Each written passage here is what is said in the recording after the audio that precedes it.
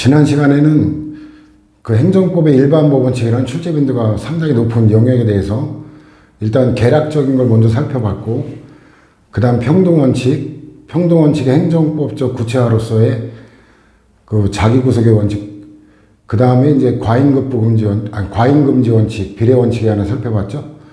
이번 시간에 다루게 되는 신뢰보호 원칙은 일반 법원칙 가운데서도 판례가 가장 많고 가장 출제 빈도가 높은 영역이죠. 그 다음에 부당결부금지 원칙도 판례가 그렇게 많지는 않은데 출제 빈도는 상대적으로 높은 영역입니다. 자, 신뢰보호 원칙은 그 말 그대로 신뢰를 보호하자는 거예요. 누가 누구에 대한 신뢰?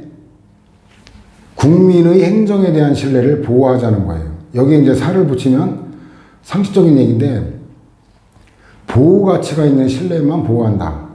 보호 가치가 없는 신뢰는 보호하지 않는다라고 이제 살을 붙이면 되죠. 그래서 이 의라는 거 간단한데, 교재 보면은 이 의에 관해서 19년도 국회 8급에 출제됐는데, 뭐 이거는 틀린 거로 내기가 좀 어렵죠. 행정기관의 일정한 언동은 말씀 원자, 움직일 동자 해가지고 말과 행동을 얘기하는데, 이 언동은 명시적, 묵시적, 적극적, 소극적 다 포함한다. 이건 보충 자료를 통해서 이제 별도로 설명을 할 거예요. 정당성 또는 존속성에 대한 개인의 보호 가치 있는 신뢰는 보호해야 된다라는 거. 그 다음에 일반 법원칙에 공통적인 거 출제되는 거 대부분 헌법 원칙이라고. 이거는 이제 국가 기능의 변화에 관한 건데, 옛날에 근대 국가를 뭐라 그랬어요? 치안과 국방, 이것만 담당하는 야경국가, 질서국가, 소국국가 이렇게 말했죠. 야경국가하고 경찰국가는 또 구별되는 개념이거든요. 이거는 뭐 시험에 출제될 건 아니고 이제 교양에 관한 건데, 야경국가는 국가 기능이 치안과 국방에 한정되고 국민 생활이나 뭐 경제 문제 이런 데 이제 개입을 하지 않는 그런 국가를 얘기하는데, 경찰국가는 나치 경찰이나 이런 거 같은 경찰 파시국가, 그래서 반민주 체제를 얘기하거든요. 그래 옛날에 그 근대 국가는 급부라는 적극적인 게 국가의 기능에 포함이 안 됐었죠. 소국 국가니까. 그때는 뭐 침해만 하지 마라 이것만이 의미가 있었는데, 오늘날은 현대 국가를 뭐라 그래요? 적극 국가, 행정 국가, 행정이 국가장의 중심이 되는 국가, 이걸 행정 국가라 그러거든요. 행정 국가, 적극 국가, 사회 국가, 사회적 법치 국가, 다른 말로 또 급부 국가라고도 하죠. 그러다 보니까 오늘날은 이제 이런 국가 이념이 기능이 변한 거예요. 그 질서 유지, 이게 야경을 얘기하는 거죠. 치안과 국방. 질서 유지가 행정의 중심을 이루고 있던 근대 법치 국가와는 달리 국민의 생존 배려가 국가의 우선적인 책무로 부각되고 있는 현대 복지국가, 급부국가에서 행정의 법률적 합성 원칙은 유일한 척도가 될 수 없고, 여타의 다른 법원칙, 법적 안정성과의 비교 역량이 불가피하겠다. 이래가지고 현대국가의 산물이다. 과잉금지 원칙, 평등원칙 이런 것들은 근대국가부터 이게 그 부르주아 시민들이 이제 부르주아를 얘기한다 그랬죠. 그 부르주아들의 관심사였기 때문에 그 옛날부터 인정됐지만, 이 법적 안정성은 현대국가에서 독일의 2차 대전 패망 이후에 미망인 사건을 통해서 이제 이게 대두됐던 거거든요. 현대국가 산물이다라는 배경을 알고 보면 될 거고. 그 다음에 이제 인정 근거가 헌법에도 있지만 법률에도 있다. 근데 법률에 여러분들 법률 제목만 알면 조항까지 뒤틀어 출제하는 거는 그건 건국 이래 그 사례가 없거든요. 이 법률이 행정절차법 4조 2항하고 국세기본법, 그거는 이제 국세행정에 관해서만 규정하고 있지만 18조 3항이 이제 돼 있죠. 그래서 여러분들은 행정절차법과 국세기본법 이 법률 요거까지 알아둘 필요 있고, 여기 이제 새로운 용어가 또 나오는데, 이 규정은 행정법의 불문법 원리로 통용되고 있던 원칙을 확인하는 데 그치는 확인 규정이지, 이 규정에 의해 비로소 법적 효력이 부여되어 있는 창설적 규정이 아니다. 그러니까 확인적 규정은 없는 걸 만들어주는 게 아니라 헌법상 이미 인정되고 있는 당연한 거를 규정을 안 해도 되는 거를 세상 규정하는 걸 확인적 규정이라고 해요. 근데 창설적 규정은 이 법률의 규정이 없으면 그런 효력이 인정이 안 되는 거를 새로 만들어주기 때문에 창설적 규정이라고 해요. 그러니까 우리가 이미 인정 근거가 헌법에 규정이 돼 있다. 그래서 불문법 원리로 통용, 널리 이제 이용되고 있는 이미 전부터 인정되고 있는 걸 확인한 거다라는 거고. 이런 용어도 알아둘 필요는 있어요. 이론적 근거가 이제 신의성실인데 이게 독일의 미망인 사건이 최초 그 판결했는데 그 미망인 사건이 이제 그 동베를린에서 서베를린으로 이주하면은 과부연금이죠. 미망인 과부. 이게 적절한 용어는 아닌 것 같은데 그 미망인 연금을 받을 수 있다고 공무원이 잘못 알려져가지고 그걸 믿고 서베를린으로 이주를 했어요. 근데 그 당시에 어때 신청 기간이 이미 지나가지고 이 급부를 해서는 안 되는데 연금을 지급하다가 뒤늦게 이 사실을 알고 그동안에 받은 연금에다가 이자까지 다 반환하라 이렇게 부당이득 반환 청구를 한 사건이거든요. 여기서 최초로 신의성실의 원칙을 근거로 해서 그 미망인의 신뢰를 보호해야 된다 이래가지고 그 환수할 수 없다라는 판결을 낸 역사적인 판결인데 기억이 나면 알아둘 필요는 있어요. 근데 지금 출제 가능성은 높지는 않은데 우리나라 판례도 많기 때문에 옛날에 아주 오래전에는 출제가 한번 되긴 했는데 기억나면 다행이고 아니면 많은 정도로. 근데 이제 법적 안정성설이 통설이에요. 그 다음에 판례도 마찬가지인데 이 법치국가 원리는 두 가지라고 그랬죠. 법률적 합성, 법대로 하자 이거죠. 근데 법적 안정성은 이제 그 법률적 합성은 공익에 중점을 둔 얘기죠. 공익. 국가 구조를 유지하기 위해서는 법률 적합성 이게 강조되는 것이고 법적 안정성은 국가의 안정이 아니라 국민 생활의 법적 안정이에요. 따라서 법적 안정성은 이거는 국민 생활의 안정에 중점을 둔 그거죠. 그러니까 국민의 신뢰를 보호하는 거는 법대로 하면 된다. 그럼 법대로 하면은 그 위법인데 잘못 그 지급한 연금 같은 거 다 환수해야 법률 적합성에 맞거든요. 그런 법사상 갖고는 국민의 신뢰 보호가 나올 수가 없죠. 법률 적합성 법대로 하면 된다. 국민이 굶어 죽든 말든. 그래서 이건 법적 안정성에 근거할 수밖에 없다는 거는 독해가 가능할 거예요.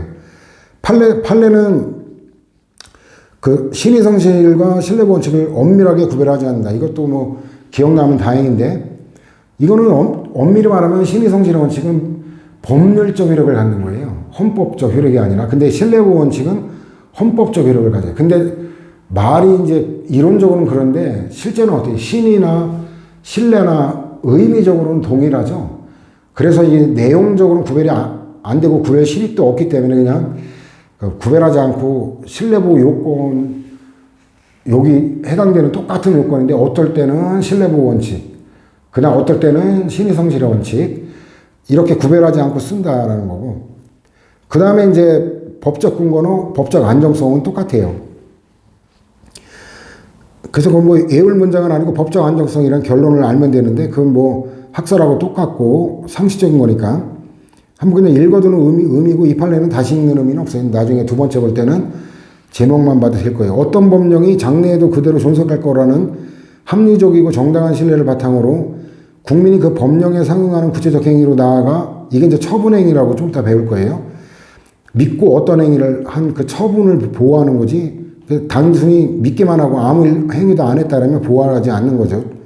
일정한 법적 지위나 생활관계를 형성해 왔음에도 국가가 이를 전혀 보호하지 않는다면 법질서에 대한 국민의 신뢰는 무너지고 현재 행위에 대한 장래의 법적 효과를 예견할 수 없게 되어 법적 안정성이 크게 저하된다. 그래서 법적 안정성이라는 게 보이죠? 입법자는 법령을 개정함에 있어 법률은 법률이라는 명칭이 있고만 한정하지만 법령은 법률과 법규명령까지 포함한다라는 것도 여러 번 봤죠 우리가. 법령을 개정함에 있어 이와 같은 신뢰를 적절하게 보호하는 조치를 취함으로써 법적 안정성을 도모해야 된다는 게 법치주의 원리가 요청하는 바다. 그래서 결국은 이 신뢰보호의 헌법적 근거가 법적 안정성이다라는 거. 그 다음에 이 적용요건에 관한 거는 보충자료로 먼저 정리를 한번 하고 볼까요? 이것도 그렇게 어려운 건 아니에요. 일단 성립요건인데 신뢰, 믿는다라는 게 타동사잖아요. 타동사니까 목적어가 있어야 되겠죠. 뭐를 믿었냐? 아, 그냥 믿었다. 그럼 말도 안 되고. 뭐를 믿었냐? 목적어, 신뢰의 대상이 학설은 선행조치라 그래요. 먼저 행해진 조치. 일체 행정작용 포함하는 굉장히 넓게 인정하는데 판례는 공적인 견해 표명에 한정하고 있어요. 공적인 게 아니면 인정하지 않겠다라는 건데 물론 예외는 있지만 원칙적으로 일정한 책임 있는 지위에 있는 공무원에 의해 이루어져야 된다.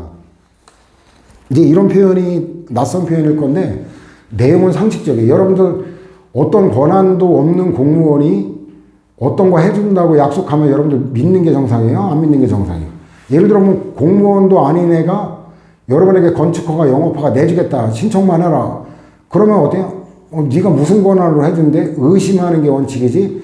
그걸 믿었다라는 건 바보죠. 그런 거는 당연한 거예요. 일단 어떤 책임이 있는 지위에 있는 공무원에 의해 이루어져야지 공무원이 아닌 자나 공무원이더라도 자기 담당이 아닌 경우는 믿을 수 없죠. 그다음 예외적으로 행정조직상의 형식적 권한 분장에 구애될 건 아니고 담당자의 조직상의 지위와 임무, 당의 운동을 하게 된 구체적 경위, 그에 대한 상대방의 신뢰 가능성에 의해 실질에 의해 판단한다. 이거 주옥 같은 문장이고 출제가 많이 됐던 건데 이게 뭐냐면 이 형식적 권한은 이제 여러분들도 이런 용어 익숙할 건데 행정기관의 종류 중에 의사결정권, 줄여서 의결권이라고 그러죠. 의결권과 대외적으로 국민에 대해서 대외적으로 표시할 권한이 있는 행정기관은 두 가지 권한을 동시에 갖고 있는 행정청, 즉 기관장이 형식적 권한을 갖고 있어요. 그럼 예를 들어 뭐 영업허가, 영업정지 처분, 영업허가 취소 처분 이런 처분을 할 때 담당자가 따로 있죠. 영업허가 담당, 뭐 담당자가 따로 있고 아까도 판례 잠깐 나왔지만 계장, 그 위에 과장, 국장, 그 다음 부구청장 결재를 거쳐서 최종적으로는 그 국민에게 발송하는 그 문서에는 강남구청장 명의로 나가게 돼 있고 만일에 강남구청장 명의로 안 됐으면 그 문서는 무효가 되거든요. 주체상의 이제 그 문제로 무관한 내지는 이제 형식상의 문제로 무효가 되거든요. 그게.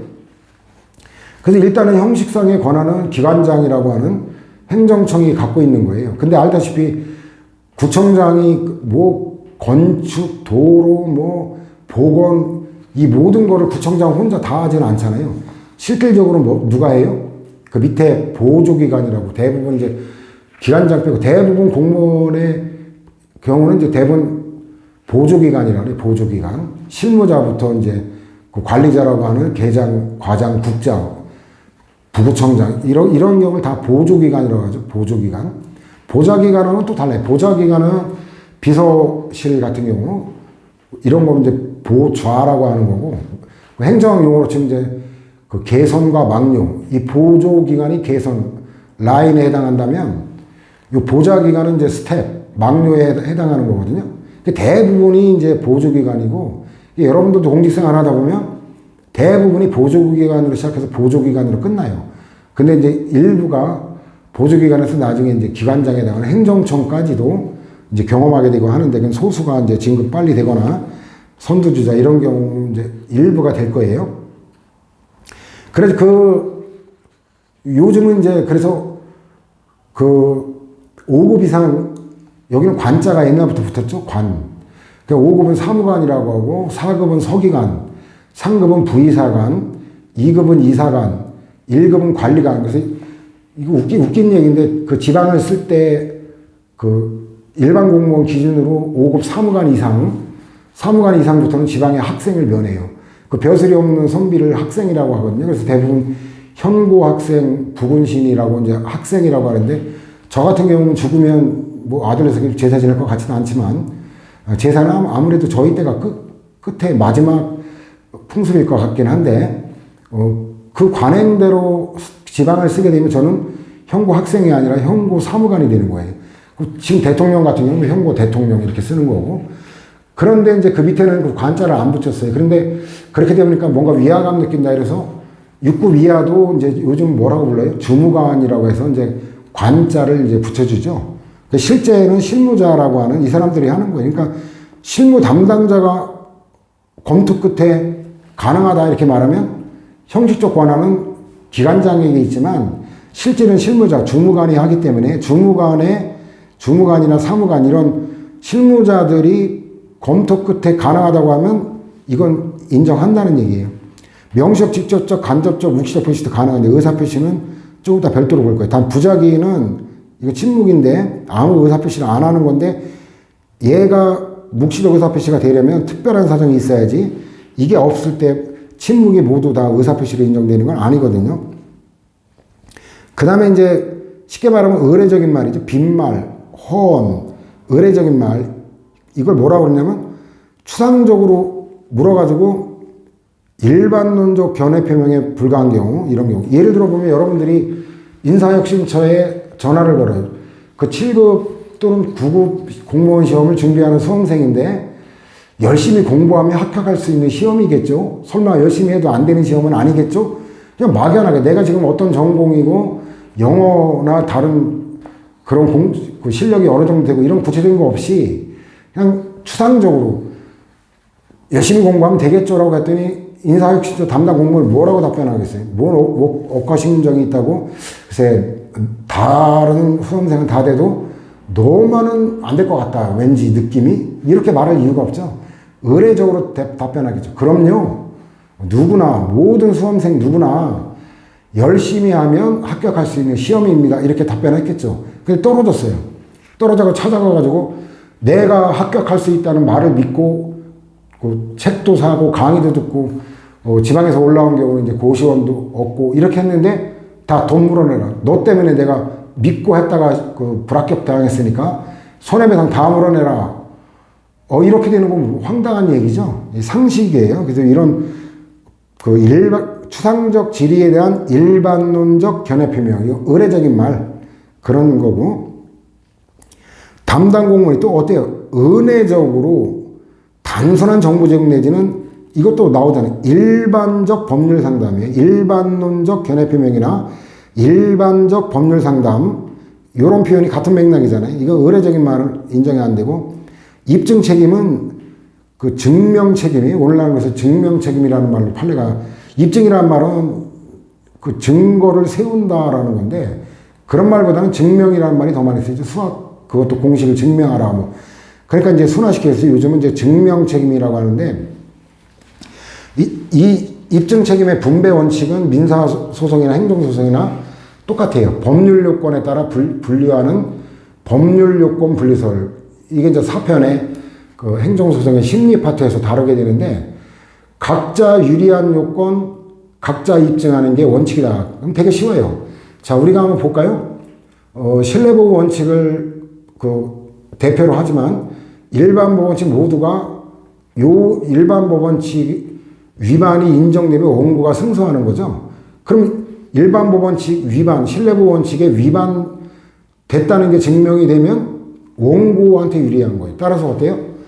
원고한테 유리한 요건이기 때문에 니한테 유리한 요건 네가 입증하라. 이게 입증 책임이라 용어만 생소할 뿐이지 내용은 상식적이에요.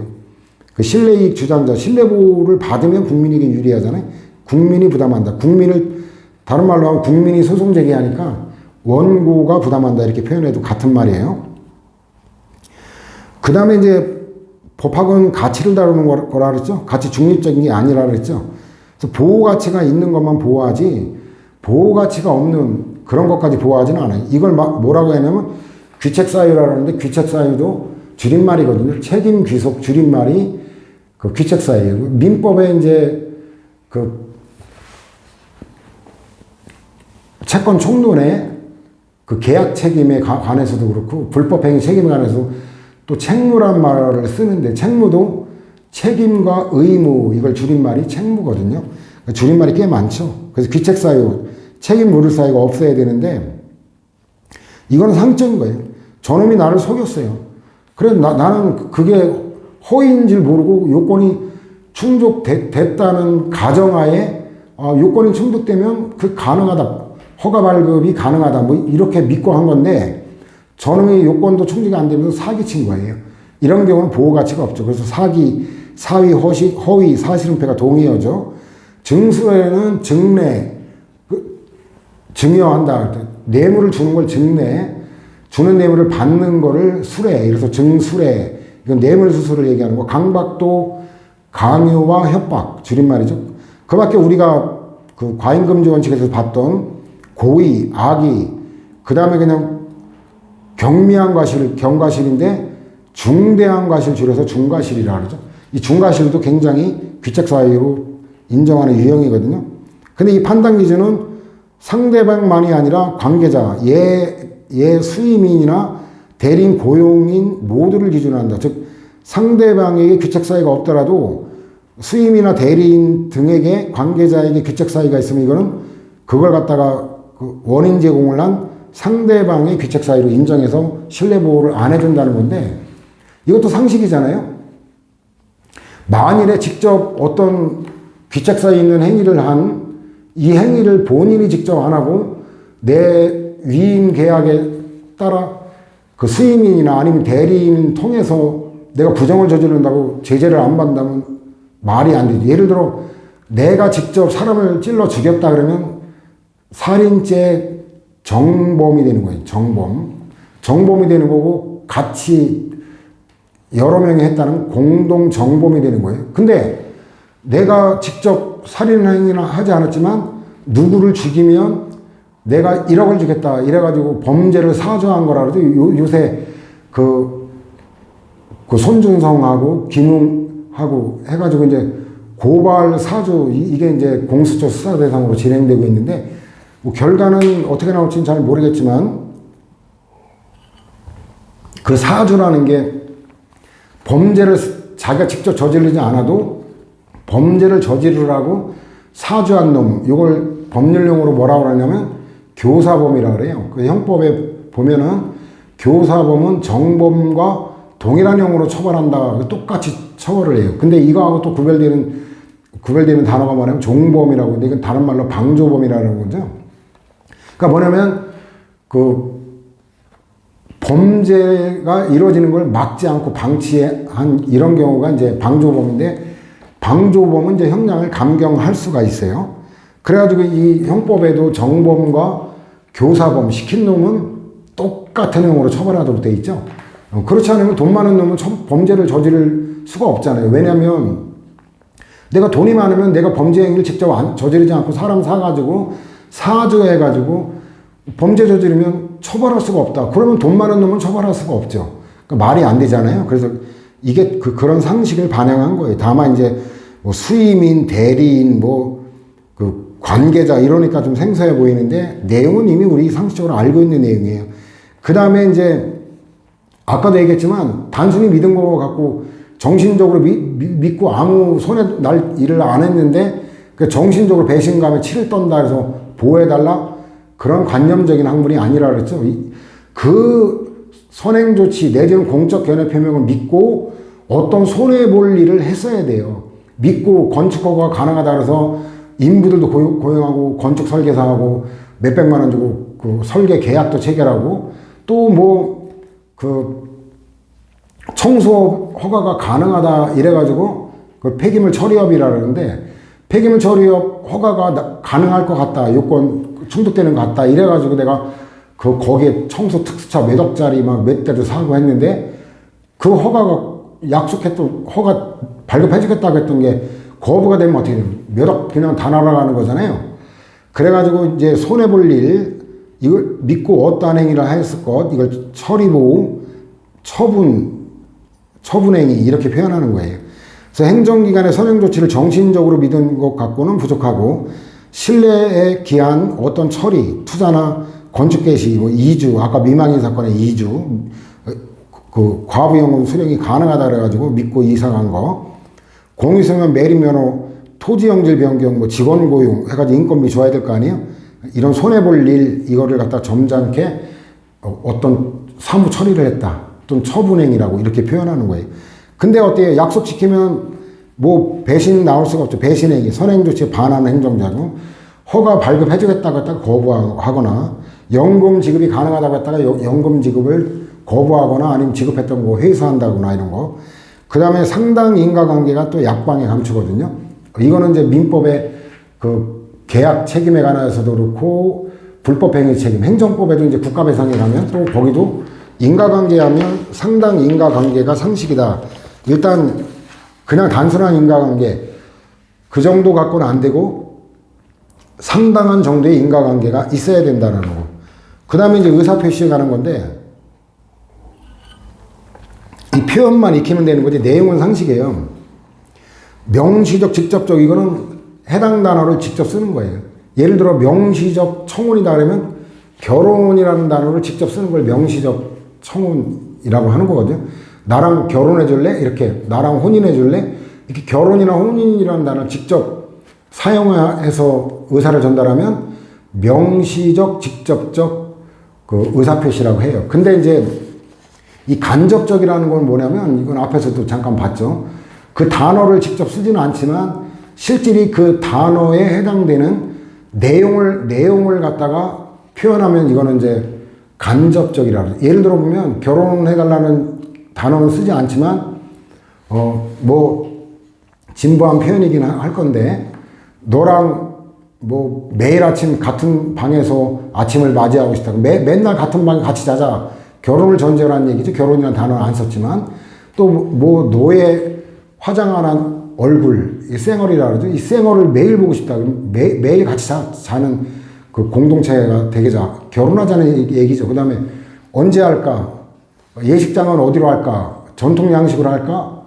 아니면 이제 서양 지금 보편화된 그 양식으로 할까? 저는 개인적으로는 굉장히 민족주의적인 성향이 강하기 때문에 나는 전통 원리를 그 성균관에서 하자고 주장했는데, 제 처가 그렇게 되면 결혼식을 2번 해야 된다고. 왜냐하면 면사포를 쓰고 하는 게 이제 여자들의 로망이기 때문에, 그러면 웨딩 차량을 또 따로 또 해야 된다 그래서, 아니 뭐 나한테는 그렇게 중요한 가치관도 아닌데 뭐 굳이 결혼 형식 갖고 2번이나 시간하고 돈하고 낭비할 게 없다. 그래서 제가 양보해가지고 그냥 그 전통 양식을 안 했는데, 제 여동생은 그 올림픽 공원 있죠? 평화의 광장인가? 거기서 전통 양식으로 이제 그 신랑은 말 타고 제 여동생은 이제 가마 타고 이렇게 했는데, 제가 그때 대전 엑스포에 파견 근무할 때 굉장히 바쁜 업무를 맡고 있어가지고 잠깐 올라가지고 점심만 먹고 가족 사진도 못 찍고 내려갈 정도로 바빠서 결혼식도 뭐 제대로 보진 못했는데, 어쨌든 그런 것들이 간접적인 거죠. 그 다음에 묵시적인 건데, 이거는 무응답이에요. 아무 의사표시를 안 해요. 뭐 간접적인 의사표시도 일체 안 하고 그냥 나랑 결혼해 줄래? 뭐 이렇게 질문했을 때 아무 답을 안 하는데, 그 한편으로는 눈물이 막 주르르 흐르면서 한편으로는 또 보이지 않는 잔잔한 미소가 막 보여요. 이건 뭐예요? 왜 이제서 청혼했냐라는 그 섭섭함과 서운함과, 그냥 이제라도 청혼해줘서 고맙다라고 하는 고마움의 이 복합적 감정이 아무 말은 안 하지만 어때요? 아무 말은 안 하지만 그게 눈물과 잔잔한 미소로 표현되면 말은 안 했지만 이거는 묵시적 의사표시라고 인정하는 거죠. 근데 그 전제는 뭐예요? 둘이 그 결혼까지 약속은 안 했지만 연인 관계였다. 이럴 때 결혼해 줄래? 아무 대답이 없는데 묵시적 동의다라고 해석하고 그렇게 결혼 준비하고 하는 거지.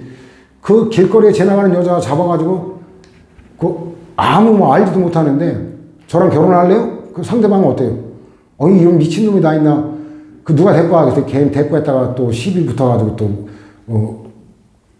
난처한 일에 휘말릴까봐 데리고도 안 하고 갔어요. 그러면 이제 결혼이 성사된가? 원만하게 묵시적 의사표시, 묵시적 동의가 있으니까 그건 아무 특별한 사정이 없죠. 상대방이 아무 대답도 안 하고 그냥 가버렸는데, 집도 모르고 집이 어디에 사는지도 모르고 이름도 모르는데, 근데 묵시적 동의라고 믿고 결혼을 준비하는 게 이게 제정신입니까? 그죠? 그래, 이건 어떤 특별한 사정이 있을 때만 묵시적 의사표시가 인정된다는 거예요.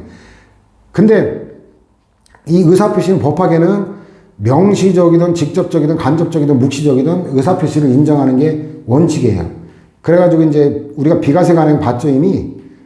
그래서 묵시적 의향의 표시 이 정도면 족하다. 선행조치도 마찬가지고 공적견해 의사는 명시적 묵시적 표시되고, 그 다음에 이거는 이제 1편의 저 뒤에 그 취득시에 관한 거기서 자연공문이 바다에 가는 것도 묵시적 공용 폐지가 가능하다. 공적 용도로 사용하지 않겠다는 의사표시가 공용 폐지거든요. 그래서 이런 공물의 성립요건, 소멸요건, 이거는 강론에 가면 6편에 공물법에서 굉장히 출제가 많이 되는 논점이라 7급 수험생은 이제 강론에서 그 요건을 다 외워야 되는데, 어쨌든 총론에서는 공용 폐지도 묵시적인 의사표시 정도로도 무방하다. 근데 예외는 아니을 수가 없죠. 비과세 간행의 소멸하는 거 이미 봤죠. 과세관청의 확정적인 의사가 명시적으로 표시돼야 된다. 명시적인 거 한정하죠. 그 다음에 이제 1편에 사인의 공법 행위에서 신고와 신청을 다루는데 그 신청에 대한 것도 보면 신청인의 행정청에 대한 신청의 의사표시는 명시적이고 확정적인 것이어야 된다. 이건 이례적인 거기 때문에 애울 수밖에 없다. 그 다음에 이제 보충자료 계속 보는 건데 실질과 외가 아닌데 이것도 유형화돼서 여기 있는 쟁점이 출제가 엄청 많이 되는 건데 되게 쉬워요. 신뢰보호 원칙은 실질적 신뢰 가능성이지 형식적 권한 분장에 구애되지 않는다 그랬죠. 그 다음에 위임위법의 한계도 마찬가지예요. 그 하위 법령에 어떠한 내용이 규정될 거를 실질적으로 예측할 수 있다면 이러면 위임위법의 한계에 위반되지 않는다. 그 다음에 대집행 계고. 계고는 이제 경고예요. 경고. 이게 이제 불법 건축물에 관한 강제집행 수단이 대집행이거든요.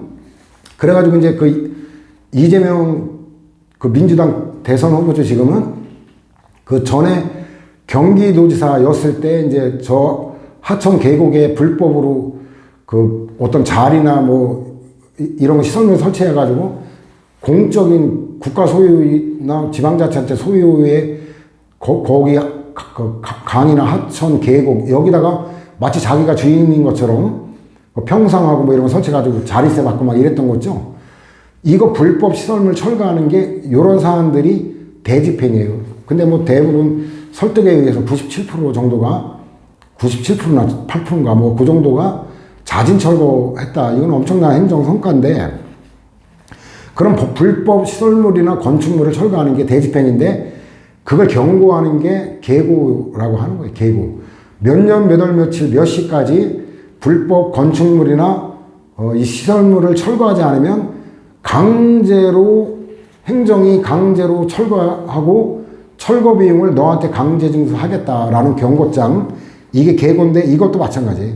그 형식적인 제목이 중요한 게 아니라는 거죠. 철거 명령서, 대집행 계고서 이런 명칭의 문서로만 알려줘야 되는 게 아니라 실질적으로 불법 건축물이 어떤 건지를 특정할 수 있으면 된다라는 거. 근데 이 실질의 반대가 외관인데 실질에 어찌됐든 관계없이 겉으로 보이는 것을 존중하겠다. 이것도 왜 그러냐면 국민의 그 외관에 대한 신뢰, 이걸 민법에서는 이제 외관 이론이라고 하는데 그 표현 대리가 대표적인 건데 표현 대리는 뭐냐면 실질은 대리권이 없는 자예요. 근데 겉으로 드러난 거는 제가 마치 대리인 같은 외관이 있어요. 그러면 거래 상대방은 어때요? 아, 제가 본인 누구의 대리인이구나 라고 믿고 거래한 경우, 이런 경우는 거래 상대방의 신뢰를 보호하기 위해서 그 법률 행위를 유의한 거로 다뤄지는 거거든요. 그 다음에 사실상 공무원 이론인데 이런 용어도 앞에서 봤죠. 사실이라는 게 법적 효과와 무관한 행위다 그랬죠. 법적 효과와 무관한 거. 그러니까 얘는 법적인 공무원은 못 됩니다. 그 사례가 어떤 사례가 이거에 해당되냐면 임용결격자 있죠. 임용결격사유가 있는데 그 임용결격자라는 걸 모르고 임용되면 이거는 법률상 공무원이 아니라 사실상 공무원이에요. 근데 여기서 나눠봐야 될 게 뭐냐면 그 보호해주는 대상이 뭐냐면 사실상 공무원의 행위를 믿은 국민의 신뢰를 보호하는 거지 자기가 임용됐기 때문에 내가 적법한 공무원이라고 믿었던 공무원 자신의 본인의 신뢰는 인정하지 않습니다. 예를 들어 보면 자기가 적법한 공무원이라고 믿고 임용됐다 그래도 그 임용행위는 처음부터 효력이 없는 당연무효예요. 따라서 퇴직금 인정이 안 됩니다. 그 실제 일한 대가는 부당이득이기 때문에 실제 일한 대가는 받는데 퇴직금 거기 지급 대상에서는 제외돼 버려요. 그래서 이런 이제 공무원 자신의 신뢰를 보호하자는 게 아니라 그 주무관으로서의 사실상 공무원이지만 법적인 공무원은 아니지만 얘가 건축허가 가능하다고 답변한 거고 이런 얘의 행위를 믿은 국민의 신뢰를 보호하기 위한 이론이다라는 거.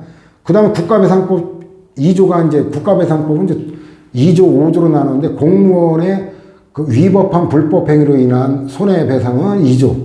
공무원이 아니라 이제 영조물이라고 해서 그 공적인 물건보다 좀 넓은 개념인데 영조물의 설치 또는 관리 하자로 인한 그러니까 이 도로에 맨홀 뚜껑이 이제 벗겨져 있어가지고 지나가던 트럭이 전복돼가지고 타이어가 터져가지고 전복돼가지고 사망한 사건, 이런 그 도로나 하천, 강, 뭐 이런 걸 영조물이라고 하거든요. 자연공물하고 이제 인공공물까지 포함되는 개념인데, 상세한 거는 이제 서편에 보게 될 건데, 이 두 가지로 나눠지는데, 요 2주의 직무집행행위로 인한 거, 그 직무집행이 직무를 집행하면서 이게 그 실질이 아니라 외관으로 다, 이래야 국민에게도 유리하거든요. 그래가지고 추가적 개념에서 봤죠. 외관에 의한 거는 실질에 의한 건 인정이 안 되는 게 아니라, 실질적으로 직무행위에 해당하면 당연하고 말할 것도 없고, 실질적으로 직무행위가 아니라도 외관으로 겉으로 직무를 집행하는 것과 관련된다고 보여지면 국가배상 인정하겠다. 그러니까 국민에게 유리하게 해석하는 거예요. 그 다음에 실질이 아니라도 관계없다. 그 외관의 반대가 실질 주관이니까, 또 주관적으로 공무집행 의사가 없어도 관계없다. 외관에 따르니까. 외관의 반대 실질 주관 이러면 금방 나오죠. 그러나 안타깝지만 외관에 의해서라도 직무행위로 볼 수 없으면 그때는 구제를 못 해준다라는 거죠. 자, 그래가지고 이거 굉장히 중요한 논점들, 행정법 전편에 걸친 거를 보충자료 종합 정리한 거예요. 여러분들이 이런 거를 잘 소화를 해내면 앞으로 진도를 나갈수록 점점 행정법이 쉬워질 거예요. 자, 그래가지고 이제 교과서로 돌아오면은, 신뢰보호 원칙이 성립하려면 개인의 신뢰보호 대상이 되는 행정기관의 선행조치, 학설은 선행조치, 그 다음 학설보다 판례가 좁다 그랬죠. 공적 견해 표명. 이런 용어는 여러분들 익혀둘 필요가 있어요. 자, 선행조치는 일체있게 다 포함된다라는 거, 일일이 외울 게 아니에요. 법령이든 행정규칙, 행정행위든 뭐 합의, 확약이든 뭐 법적 행위만이 아니라 행정지도와 같은 법적 요구와 무관한 사실행위, 국가의 모든 작용이 포함, 이것도 17년 국가직 7급에 출제된 거죠. 문서에 의한 형식행위에 한정되지 않고 명시적 적정 언덕에 국한되지 않고 묵시적 소극적 견해 표명 다 가능하다. 부작위가 묵시적 견해가 되려면 특별한 사정이 있어야 된다. 적법, 위법도 가리지 않는다. 이게 자기구속 원칙과 다르다는 거죠. 무효행위나 기대이익 이거 안 된다는 의미 봤죠. 자, 근데 판례는 공적인 거에 한정한다는 점이 좀 좁다라고 비판을 받는데, 묵시적인 것까지 인정하는 건 똑같아요. 학설하고. 그래가지고 원칙적으로 책임 있는 지위에 있는 공무원에 의해 이루어져야 된다. 그래서 과세 관청 이거는 이제 엄밀히 말하면 잘못된 표현이에요. 대법관들도 이제 이런 게 인간이다 보니까, 이제 사람이다 보니까 실수하게 되는데, 이 관청은 관서라고 그래요. 관청의 장, 기관의 장이 행정청인데, 이거는 관청의 장이라고 써야 정확한 표현이거든요. 근데 뭐 그런 거는 여기서 중요한 논점은 아니니까, 공적 견해 표명 원칙적으로 일정한 책임 있는 지위에 있는 세무공무원에 의해 이루어짐을 요한다. 원칙적으로 권한이 있어야 되는데, 예외적으로 그 실질에 따라 판단한다는 게 나오죠. 바로 판례로 가면, 행정청의 공적 견해 표명이 있었는지의 여부를 판단하는 데 있어 반드시 행정조직상의 형식적인 권한 분장에 구애될 건 아니고, 담당자의 조직상의 지위와 임무, 당의 운동을 하게 된 구체적 경위 및 그에 대한 상대방의 신뢰 가능성에 비춰 실질에 의해 판단해야 된다. 이게 뭐, 16년 지방구급, 16년, 20년, 21년 지방구급, 17년 국회 8급, 그 다음에 20년 국가직 9급, 21년 국가직 7급. 뭐 출제 도배를 하고 있는데, 반가운 출제죠. 뭐 상식적인 거니까. 묵시적 표시도 가능한데, 특별한 사정이 있어야 된다. 그래서 공적 견해나 의사는 명시적 또는 묵시적으로 표시되어야 하지만, 묵시적 표시가 있다고 하기 위하여는 단순한 과세 누락과는 달리, 과세 누락, 이건 착오로 인한 비과세를 누락이라 그래요. 이것도 이제 미리 보는 건데 좀 이따 유형화시켜 볼 거예요. 과세관청이 상당 기간 불과세 상태에 대해서 과세하지 않겠다는 의사표시를 한 거로 볼 수 있는 특별한, 수식은 없는데 특별한 사정이 있어야 된다는 거고, 그게 의례적인 거나 이거는 인정이 안 된다는 거, 이건 다 이제 봤기 때문에 다음 페이지 넘어갑시다. 그 행정기관의 공적 견해 표명에 관한 인정 사례인데, 형식적 권한, 이게 기관장, 행정청이 한 거는 말할 것도 없죠. 자, 국세청장이에요. 그래서 사업경영 상담업에 해당한다. 이러면 이제 그 세금의 혜택 주는 거죠. 총장, 장자 들어가니까 더 볼 것도 없죠. 그 다음에 별다른 말 없는데, 이것도 그 행정청이 한 거예요. 폐기물 처리 사업 계획서 적정 통보인데. 그 다음에 이제 노태우 대통령, 대통령은 행정부 수반이에요. 행정부 최상위의 기관장이죠. 아니, 대통령이 담화를 발표하고 또 주무장관인 국방부 장관 둘 다 행정청이잖아요. 삼청교육 관련 피해자들에게 피해를 보상하겠다고 공고하는데 이걸 누가 안 믿겠어요. 대통령이 보상해 주겠다는데 이 삼청교육대가 뭔지 알죠? 이게 이제 전두환 군사 반란 이후에 정통성이 없다 보니까 이제 뭔가 국민에게 정통성을 인정받으려면 뭔가 그럴듯한 걸 일을 해야 될 거 아니에요? 그래서 그 범죄를 원인을 소탕한다. 불황아들을 갖다 없애버린다. 교화시킨다는 미명하에 그 동면마다 인원을 할당했어요. 그래 진짜 불황아도 적법 절차 없이 체포해서 감금하는 것 자체가 범죄인데 하물며 어때요? 불황아도 아닌 그 심지어는 주말부부 서울역에서 남편을 그 아내 지방에서 상경하는 주말마다 상경하는 아내를 기다리다가 그 대합실 의자에서 잠깐 눈을 붙인 거 노숙자인 줄 알고 교사까지 끌고 가서 어디로 갔냐? 제가 복무했던 강원도 양구군에 있는 21사단 거기에 그 65연대 방산면 쪽에 있는 거기 신병교육대가 바로 삼청교육대였어요. 그 여기 잡아다가 어때요? 불법 체포 감금이죠. 거기다 가혹행위, 그 다음에 이제 그 구타 가혹행위, 거기다가 이제 여기 견디지 못하고 탈출하려고 하는 거 때려 죽이기도 하고 살인까지 자행됐던 엄청난 사건이죠. 근데 노태우가 이제 쿠데타 그 내란 수계, 군사반란 수계 공동정범인데 이제 자기가 대통령이 되니까 오공과 차별화를 시도했죠. 그래서 오공 때 저지러진 일은 전두환이 한 일이다 이래가지고 책임을 떠넘기고 그래서 이제 그 오공과 차별화하기 위해서 보상도 하겠다고 했는데 그나마 약속을 지켰으면 이 대법원까지 갈 일이 없었겠죠. 결국 배신 때려가지고 대법원까지 가서 구제가 된 사건이에요. 그 다음에 건설교통부 장관과 내무부 장관 어때요? 내무부 장관 지금 이제 행정자치부 장관인데 지방세 주무장관, 국세 주무장관은 기획재정부 장관이고 그 주무부서가 국세청장이 되는 거죠. 근데 요 내무부 장관 지금의 이제 행정자치부 장관은 지방세 주무장관이 행정청이 한 거니까 뭐 그 다음에 또 마찬가지인데 두 번째 내무부 장관 다음 주 보면 과세관청 뭐 더블 것도 없죠. 나머지는 가볍게 보면 되고 그 다음에 형적 권한에 국한되지 않는다 그랬죠. 실무는 보조기관 담당자 주무관 이게 한 경우도 자 세무서장이 아니라 세무서 직원들이 한 거예요. 골절치료기구에 수입 판매 업자에게 뭐 묵시적 간접적인 것도 되는데 하물며 명시적으로 부가가치세 면제 대상이라고 세무지도를 한 거예요.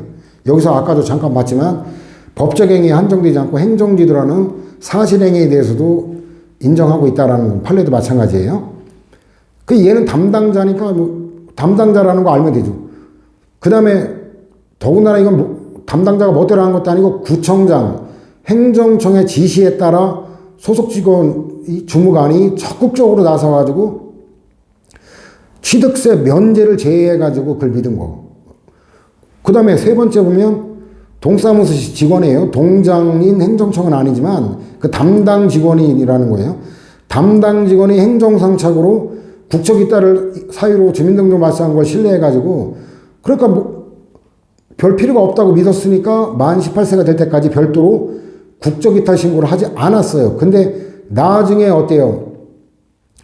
그 국적이탈이 돼 있는 줄로 알았는데 직권 재등록돼 있다는 사실을 알고 뒤늦게 국적이탈 신고를 하자 어때요? 이제 그 이후에 그 스티브 유라고 그 사건이 문제가 되면서 이게 이제 병역법이 바뀌면서 이런 경우에는 병역을 필했거나 아니면 면제받았다는 증명서가 첨부돼야 국적이탈 신고가 가능하도록 법률이 강화됐거든요. 그래가지고 발의한 건데 이건 행정청은 아니지만 실무자가 했던 거기 때문에 그 다음에 안산시 도시계획 과장 국장 이것도 보조기관이긴 하지만 이 담당 과장이잖아요. 담당 과장 국장 그러니까 이것도 뭐 큰 제목하고 다 되죠. 그 다음에 실질적 신뢰 가능성인데, 자, 이거는 무관한인데, 이게 춘천이 아니라 홍천군의 이름이 뭐더라?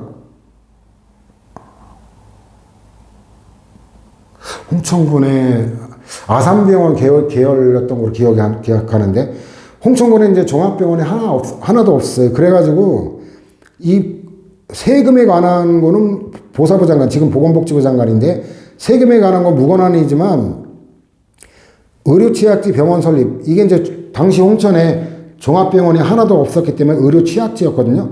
병원 설립 운영자 신청 공고를 하면서, 자, 얘는 권한도 없이 제가 멋대로 약속한 게 아니라 국세 및 지방세를 비과세하겠다고 발표했지만 믿을 만한 실질적 배경이 있어요. 뭐냐면 지방세 주무장관이 내무장관이나 강원도지사 홍천군수까지 어때요? 이거 관련된 내용이 나오죠.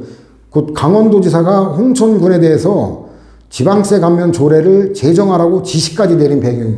이러니까 어때요? 아, 보사부 장관이 얘가 권한도 없는데 괜히 오지랖 넓어가지고 괜히 뻘짓한 거가 아니라, 아, 그 권한 있는 기관하고 다 이렇게 협의가 돼 있구나라고 믿을 만한 배경이 있는데, 자, 이거하고 비교해야 될 게 뭐냐면, 그 다음 페이지 맨 밑에 보면은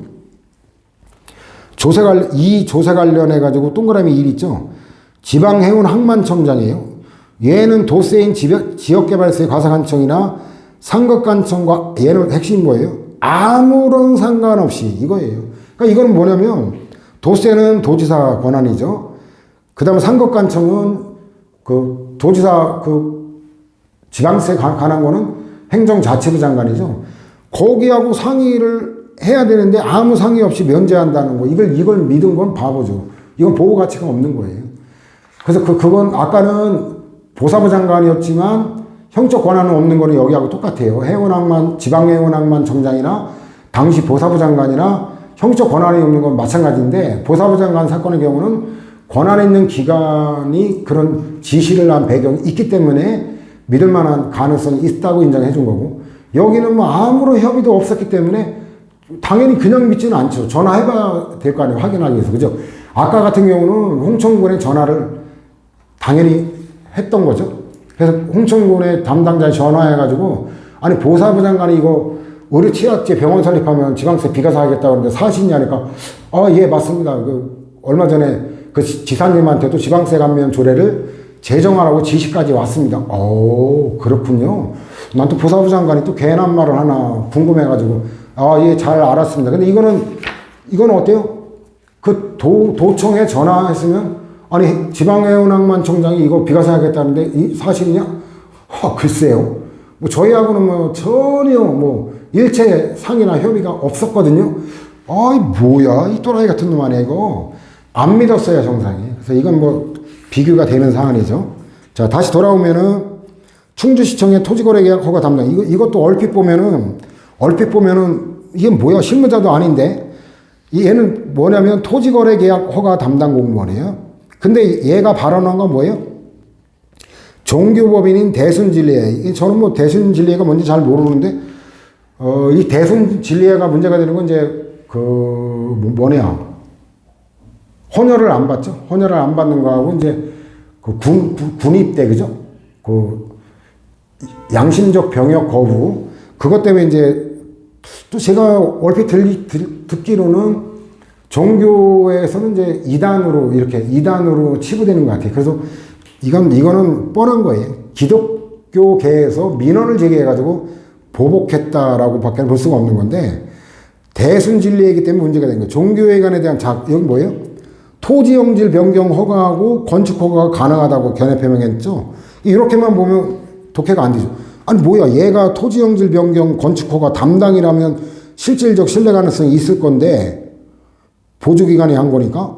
어디 얘는 건축허가 담당이 아니라 토지거래 허가 담당이에요. 그럼 얘가 뭔 근거로? 근데 그 배경이 여기는 제목에는 안 나와 있지만, 그 담당자 있죠? 토지 형질 변경 허가 담당, 건축허가 담당에게 문의해가지고 구체적 요건을 다 검토를 한 거예요. 지가 권한도 없는데 그냥 뜬금없이 해주겠다고 한 게 아니라 담당 공무원에게 구체적으로 요건 충족 여부를 검토받아서 그게 가능하다고 하니까 토지거래 계약 허가를 내준 거예요. 왜냐면 당시 충주시청의 실무 간행은 이 건축 허가가 안 나면 토지 용질 변경 허가도 안 내주는 게 실무 간행이었어요. 왜냐면 토지 용질 변경 허가, 토지거래 허가는 땅 살 때 허가받는 건데 건축이 불가능한 땅을 산다고 하면 토지 투기 목적이라고밖에 볼 수가 없죠. 그러니까 건축이 불가능한 땅을 건축하겠다고 허가 내달라고 하면 허가를 내줄 리가 없죠. 그건 투기 목적이 뻔하니까.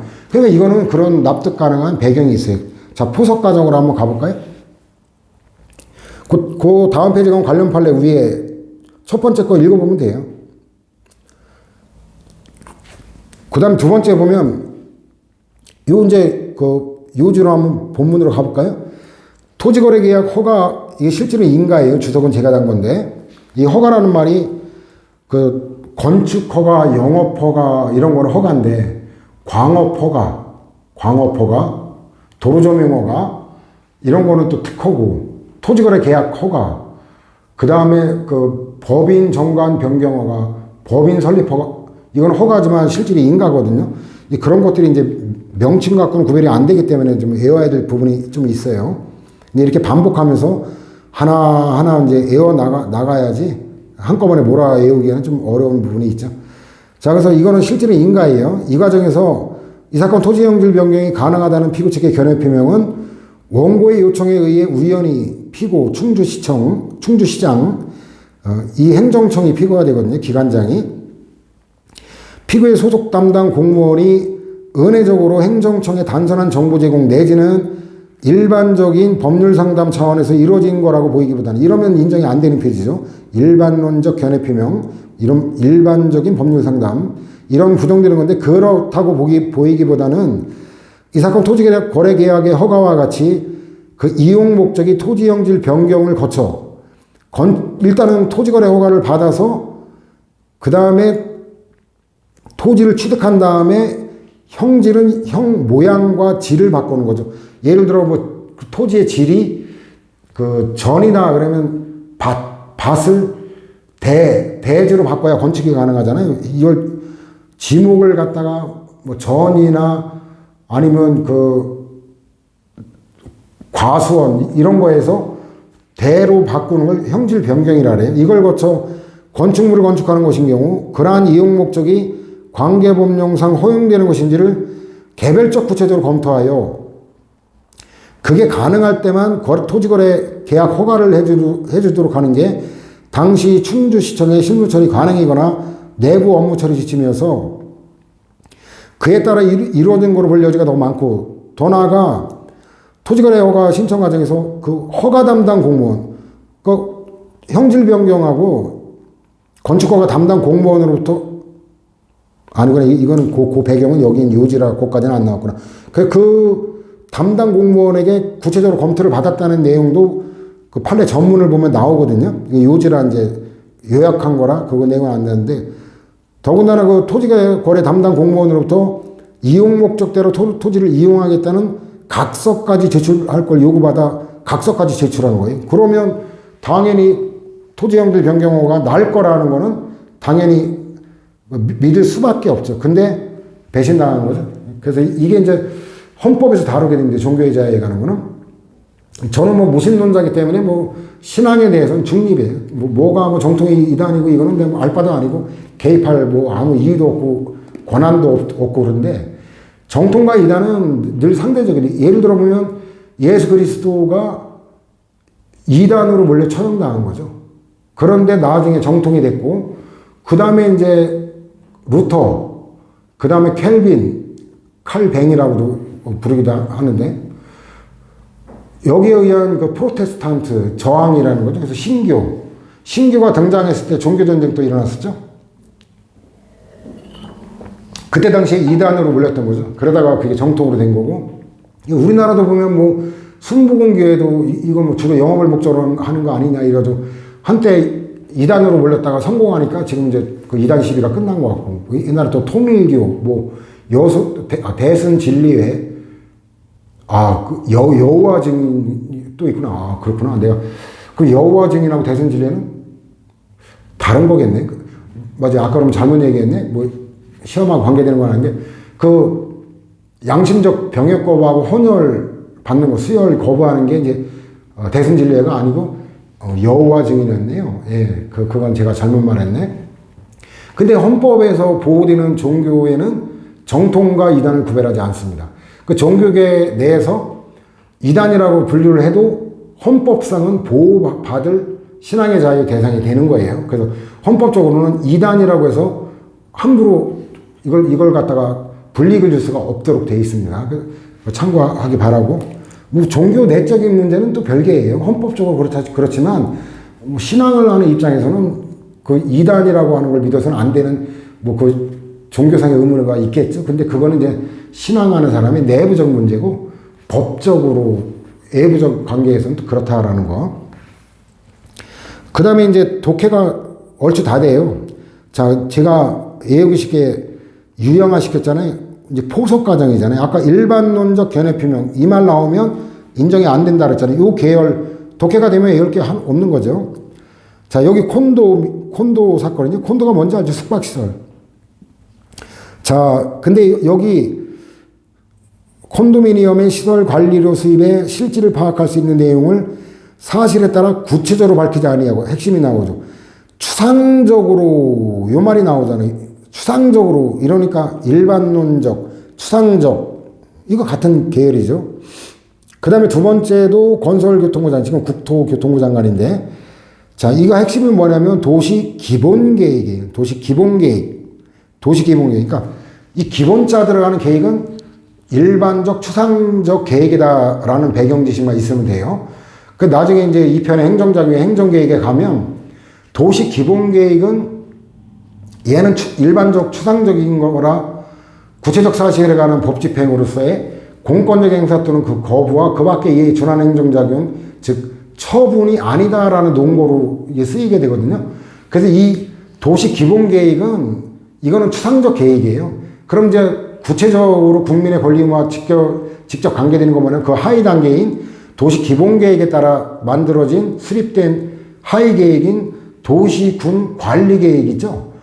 그게 구체적인 거예요. 그래서 요 밑에도 그 용어 나와요. 일단 핵심은 도시 기본 계획 승인. 자, 이건 추상적인 거 승인이에요. 그 밑에 보면 도시계획 결정고시 요 단어. 당시는 도시계획이라는데 지금은 도시군 관리계획으로 명칭이 변경됐거든요. 그러니까 추상적인 계획인 도시기본계획 알아보면 되고 구체적인 거는 도시계획 옛날 용어로 도시계획법상 지금은 이제 국토계획 및 이용에 관한 법률에 따라 지금은 이제 도시군 관리계획으로 됐거든요. 자, 그 다음에 이거는 보도자료를 낸 거예요. 보도자료. 재정경제부가 그래서 비업무용 부동산을 제외하는 거로 개정해서 그 공포 시행할 예정이다. 그런 그냥 장래의 확정적인 게 아니라 그럴 예정이라고 정도를 밝힌 거예요. 때려주게도 천지가 개벽해도 개정하겠다라는 확정적인 게 아니라 뭐 일정상 그 정도로 계획을 하고 있다. 이 정도 갖고는 일반적인 거다.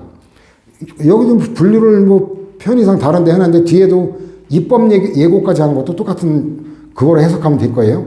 조세 관련인데 이건 조세 관련 전에 이게 원고에 있던 게 편집 과정에서 실수로 이게 삭제가 돼가지고 이게 그 삭제된 거 보충자료 추가하는데 이게 이제 그 이후에 출판된 거는 요 내용이 반영돼 있어요. 그래가지고 어쨌든 그 처음에 초판 구입한 친구들에게 이제 불편을 줘서 대단히 미안합니다. 자, 여기 보면은 이거 일반론적 대입이 되죠. 뭐냐면 총무과 민원 팀장 이건 어떤 병무에 관계되는 건데 그 담당 직원에게 한 게 아니라 이 완전히 병사 업무와 전혀 관계없는 총무과 민원 팀장에게 민원봉사 차원에 응한 거 해석이 되죠. 그 다음에 그 지구단위 계획을 수립하는데 권장 용도예요. 권장이지 누가 무조건 해주겠다는 게 아니라 권장 용도예요. 권장한 정도예요. 권장. 그게 괜찮을 것 같다는 거지 누가 거기다 무조건 네 건축허가 내주겠다. 숙박시설 그 건축허가 내주겠다. 그러는 게 아니거든요. 그 다음에 해양수산부 장관 충남도지사가 그 충청남도로 하여금 어업인들이 키조개 자원을 한시적으로 이용할 수 있는 방안을 검토토록 했다. 검토토록 한 거예요. 누가 구체적으로 뭘 해주겠다. 구체적으로 말한 게 아니라 그냥 검토해봐라. 의례적인 발언이죠. 그 다음에 재조정 필요성이 있다고 판단되어 충남도가 재조정할 걸 중앙에 건의할 계획에 있다. 막연한 얘기죠. 구체적으로 너한테 뭐 허가를 내주겠다라는 구체적 발언을 한 바가 없죠. 그 다음에 뭐 예식장, 대형 할인 매장, 자유식당 건축 허가 관련되는 이건데 세 번째째 보면 뭐냐면 저촉사항 없음. 그러니까 개발이익 환수에 관한 법률에 저촉사항 없음. 이거는 뭐냐면 얘가 그 담당이 아니기 때문에 개발이익 환수에 관한 법률에 그 개발부담금 환수 대상인지 아닌지는 검토하지 않은 거예요. 자, 담당이 아니기 때문에. 그래서 여기 보면 밑줄 친 거 보면 더군다나 어때요? 이걸 확정적으로 해준다는 게 아니라 본 예비심사는 현행법령과 관련 부서 협의 결과에 따른 것으로서 차후의 관계법령과 조례제정, 사업계획의 구체화 등으로 인하여 변동될 수 있다고까지 기재합니다. 그러니까 무조건 해주겠다는 게 아니라 안 될 수도 있습니다 라고 단서를 단 거예요. 근데 무조건 해둘 거라고 믿었다. 애들 장난도 아니고. 이게 금년도에 국가직 7급에 출제됐던 거죠. 그 다음에 입법예고, 아까 말했던 게 입법예고도 그 입법예고를 통해 예고한 거. 이거는 입법예고는 예고일 뿐이에요. 그 의견 청취해가지고 그 결과 어때요? 이 수정되는 게 비일비재거든요. 그 예고한 걸 믿었다? 예고해서 의견을 청취한 다음에 어떤 내용이 수정될까 확인도 안 한 귀책사유도 관계되죠. 이것도 지난해 국가직 9급에 출제됐는데 뭐 외울 게 하나도 없잖아요. 해석이 다 되는 판례들이죠. 갑주식회사가 교육환경 보호구역에 해당하는 사업부지에 콘도미니엄을 신청하기 위해 교육환경평가 승인 신청을 했는데 관할 교육지원청 교육장이 갑회사에 했는데 이 세 번째 밑줄 친 거 보면 성매매 등에 대한 우려를 제기하는 민원에 대한 구체적인 예방 대책을 제시하기 바람. 이래가지고 이제 이걸 갖다 반려를 한 거거든요. 이것도 확정적으로 해주겠다는 그런 발언이 아니다라는 거고, 더군다나 이제 이거는 공익에 관계되는 그거 있죠. 그 교육환경 성매매업이 행해지면 학교 교육환경이 좋을 리가 없죠. 그죠? 성매매에 관한 것도 뜨거운 논쟁이고, 과연 이걸 법적으로 금지해서 불법화해서 처벌할 것인가 논란이 이제 굉장히 큰 쟁점인데, 원래 성적 자기결정권 2에서 제가 요 성희롱 문제, 그 다음 성폭력, 강간, 준강간, 강제추행, 유사강간, 그 다음에 이제 간통, 낙태, 그 다음에 이제 이런 성매매, 이걸 다룰 예정했는데, 그 갑자기 공인노무사 준비로 그 진로를 변경하면서 이제 중단돼서 언제 나올지 모르는데, 이 성매매에 설령 찬성하는 입장이라 하더라도 학교 근처에 성매매가 애들 눈에 띌 수 있는 환경에 노출되는 거, 이거는 교육 환경에 해롭다는 건 누구나 다 아는 상식이잖아요. 성매매에 대해서 불법이라고 인식하는 사람은 말할 것도 없고, 그죠? 그러니까 이거는 뭐 그런 배경을 보면은 설사 공적 견해 표명에 해당된다 하더라도 공익 때문에 약속을 지킬 수는 없는 공익상의 필요, 그 밖에 사정 변경, 이런 추가적인 지시가 내려온 거, 사정 변경, 이런 우리가 알고 있는 지식을 갖다 활용해서 대입하면은 독해가 되는 판례죠. 그 다음에 이제 귀책사유에 가는 건데, 원래 이제 민법이든 행정법이든 그 형법이든 과실하면 경과실을 얘기해요. 경과실. 그렇기 때문에 중대한 과실은 이례적인 거죠. 그래가지고 신뢰보호 원칙에도 요거는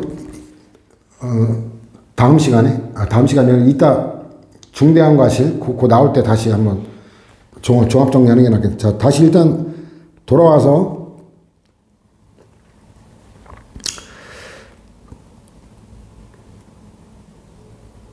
이게 페이지가 이제 첫 판하고 그 이후에 수정돼서 나간 거 페이지가 차이가 나서 조금 번거로움을 주게 됐는데 참 미안하게 짝이 없습니다. 어쨌든 자, 1세 기준으로 하면 이제 95페이지인데 과세관청이 납세의무자에게 면세사업자 등록을 교부하고 수십 년간 면세사업자로서 한 부가가치세 예정신고 및 확정신고를 받은 행위. 이거는 뭐예요? 이건 납득할 수가 없기 때문에 외워야 돼요. 뭐냐면 이거는 수년간이나 이 판례가 이제 17년 지방직 7급에 출제됐고 옛날에도 출제가 됐던 유명한 판례인데 이 법 지식이 없는 국민이 어때요? 면세사업자 등록증을 나한테 교부하고 그리고 몇 년간 면세한 거예요. 그럼 믿을 수밖에 없잖아요. 상식적으로. 그죠? 근데 이거는 웃긴 거예요. 이건 사업자 등록의 법적 성질이 이게 단순한 사업 사실의 신고지 법적인 거와 관계된 게 아니라는 거니까 이 사실상 신고에 대해서 면세 대상자라고 등록증 교부한 것도 행정행위로서 법적 효과와 관계되는 등록에 해당하는 그게 아니라 사실행위로서 등록에 불과하다는 건데 궤변이에요. 궤변. 왜냐면 이거하고 유사한 사안이 우리가 비과세 관행에서 배웠잖아요. 비과세 관행에서. 자, 저거하고 기억을 다시 한번 환기시켜보면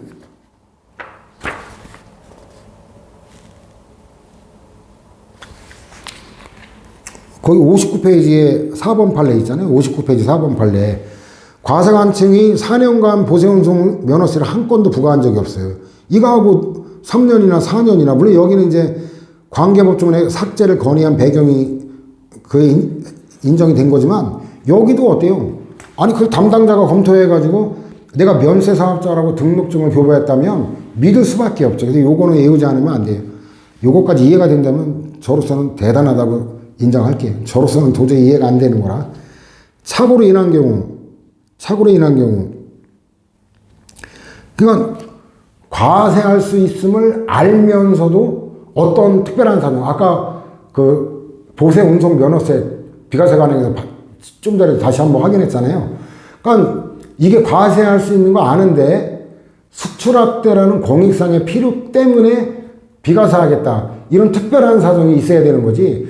이거 부과 대상인지를 착각해가지고 몰라가지고 실수로 못했다. 이거는 인정 안 하는데 아니 이거 억울하지 않냐? 근데 억울한 게 아니에요. 왜냐면 어떤 사업을 하는데 세금 내야 되는 거 당연한 상식이에요. 그러면 어때요? 근데 세금을 내야 될 것 같은데 부가납세도 있고 신고납부 방식도 있고 인지척부 방식도 있고 세금이. 근데 신고납세 방식은 뭐 부가가 안 되고 내가 그냥 신고를 하는 거예요. 소득세 같은 게 대표적인데. 근데 부가납세 방식은 세무서에서 이걸 계산을 해가지고 얼마 내라고 몇 년 몇 월 며칠까지 얼마를 내라고 부과하는 방식이에요. 근데 부과가 될 때가 지났는데 부과가 안 되면 어떻게 생각하는 게 상식이에요? 이거 나는 법적으로 면세다? 이렇게 생각하는 건 그건 상식적으로 납득이 할 수가 없죠. 이거 세금을 당연히 내야 되는 건데, 담당 공무원이 지금 깜빡 잊고 착오로 그 비과세 하는 거다. 그러니까 법적으로까지 비과세라고 믿었다는 거 거짓말이고, 이게 착오가 발견이 되면은 언젠가 다시 또 부과되겠다. 물론 소멸시 후 제척기간이 지나면, 부과에 관한 제척기간이 5년이 지나면 그때는 부과할 수 없지만 그 기간 내에는 지금 부과 안 하더라도 언제든지 할 수 있다. 이렇게 믿는 게 상식이거든요. 그래서 공안지는 놀리는 땅에 이 개념을 보충 자리에 설명해놨어요. 공안지는 놀리는 땅이니까 사회경제적으로 해를 초래하죠. 이 한정된 토지자원을 갖다가 놀리니까 이걸 팔든지 아니면 이용을 하든지 간접적으로 강요하기 위해서 중과세율을 적용해야 되는데 그냥 단순 재산세에 부과한 거. 이것도 공안지에 해당한다는 걸 알고도 이렇게 한 게 아니라 공안지라는 걸 모르고 착각을 한 거예요. 실제 화랑공원, 이 경주에 있는 그 화랑공원 사건이거든요. 달리 경계 측량인 표지를 설치한 10수년이 지났는데 이건 착오로 잘못 설치한 거예요. 그러니까 착오라는 게 나오면 그다음 세 번째도 단순히 착오로 어떤 처분을 계속한 경우, 그 다음에 알지 못하고, 이게 착오죠. 알지 못하고, 일본에 거주하는 자로 잘못 알고, 그 다음에 이것도 마찬가지. 그런 말은 안 나왔지만 등록세 중과 대상인데 통상세율을 적용한 것도 등록세 중과 대상인 걸 몰랐기 때문에 이렇게 한 거지, 알면서 어떤 특별한 사정이 전혀 안 나와 있죠. 그 다음에 7번인데 이것도 조금 납득이 안 가는 거라 이것도 좀 외울 필요가 있을 것 같아요. 납세무자에게 징수이해 든 체납세금이 있음에도 국가산하세무서장이 납세무자에게 징수이해 또는 체납처분 유예의 내역 거기에 공란으로 발급했어요. 공란으로. 근데 납세무자는 납세증명서를 금융기관에 제출해가지고 금융기관은 어때 이걸 믿고 근저당권 설정하고 대출했는데 이제 아무런 선순위자가 없다고 했는데 나중에 강제징수할 때 내가 채권자라고 그 세무서에서 교부 청구를 한 권리주장한 건데 이거는 그냥 그 유예된 체납세금이 있는지를 모르고 했다. 그래서 차고계열로 일단 넣어놓긴 했는데 실질에 따라 판단하면 이거는 어때요? 이거는 조금 납득하기가 좀 어려울 수도 있기 때문에 이거 체크해서 한번 음미할 필요가 있다고 보이고 그 다음에 국가로부터 국유재산의 관리 처분에 관한 사무를 위탁받은 자가 국유재산의 무단 점유 사용을 장기간 이 방치란 말이 그냥 어때요? 알고도 묵인한 게 아니라 관리를 안 한 걸 방치해. 그러니까 관리를 했다면 알았겠죠. 그 방치했다는 얘기는 관리를 안 해서 몰랐다는 얘기예요. 그래서 방치라는 말 갖고 눈치를 채주면 되고 그 다음에도 적법한 대표권이 없는 종종대표자인데 걔를 당사자로 소송 수행한 건데 이렇게 되면 각하되는 거죠 원래는. 왜냐면 피고적격 상대방 선정을 잘못했잖아요. 근데 종종대표자에게 적법한 대표권이 있는지 공적견해 표명이 아니다라는 거죠. 얘가 종종대표자가 아니라는 거 알고도 특별한 사람 때문에 한 게 아니라는 거예요. 그래서 이런 것들이 그 대입하면 일단은 결론을 끌어낼 수 있죠. 그 다음 폐기물 처리 사업계획 적정 통보인데 이 배경은 지금 뭐 페이지를 인용할 수가 없는데 이거는 아직 출판이 안 돼가지고 근데 그래서 이제 여러분들 한번 찾아봐요. 그 목차 보면 찾아볼 수 있는데 뭐냐면 이거는 행정행위 종류의 예비 결정 그 다단계 행정 결정이라는 제목의 예비 결정하고 이제 부분 인허가 이게 다뤄지거든요. 그 예비 결정에 이제 그런 얘기가 나오는데 1단계하고 2단계는 요건이 달라요. 요건이 다르기 때문에 1단계가 통과됐다고 해서 2단계를 무조건 해주겠다는 이거는 전혀 요건이 다르기 때문에 2단계 무조건 해주겠다는 말은 거짓말이에요. 그걸 믿었다는 건 생 거짓말이거든요. 이거는 그 배경을 알면 되게 쉬워요. 그래서 더군다나 여기는 웃긴 게 폐기물 처리 사업 계획 적정 통보가 1단계거든요. 2단계가 폐기물 처리 허가예요. 허가 2단계, 그 2단계로 나눠서 의사결정한다고 해서 다단계 그 행정결정 이렇게 말하는 건데 여기는 더구나 조건보통제예요. 무조건 토지용질 변경 해주겠다는 건 커녕 오히려 이게 뭐냐면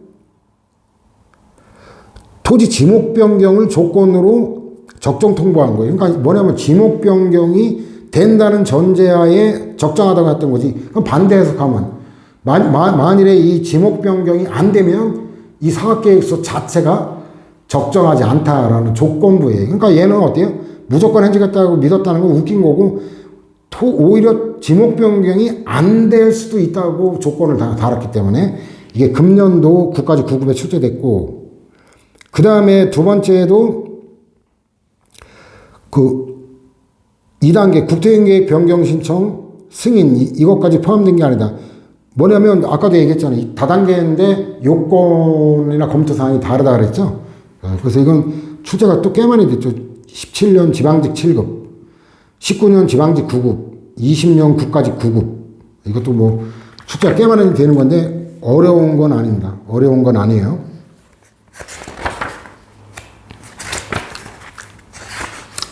그 다음에 이제 계획보장 청구권인데 이것도 행정계획 2편에 가면 확약 다음에 그 밖에 행정자 중에 확약 다음에 공법상 계약 이제 행정계획 이게 나오는데 거기에 계획보장 청구권은 이건 공익을 중시하기 때문에 이거는 인정하지 않습니다. 이 도시군 관리계획은 서울시 1000만 가까운 시민들의 이익과 관계되어 있어요. 그렇기 때문에 그 공익과 관련돼서는 필요에 따라 얼마든지 변경할 수 있는 거지 이 계획을 믿은 소수 국민을 보호하기 위해 계획 변경을 못한다. 변경을 못하고 계획을 보장해달라. 이걸 인정하면 공익 침해가 엄청 크기 때문에 인정 안 된다. 그래서 이것도 1군은 국가직 7급에 출제된 건데 이것도 그 계획보장 청구권이 뭔지, 행정계획의 성질이 그 엄청나게 많은 큰 공익과 관계된다라는 거 알면은 부정된다는 거 당연해요. 그 뒤에서도 또 볼 거니까 넘어갑시다. 그 정도로.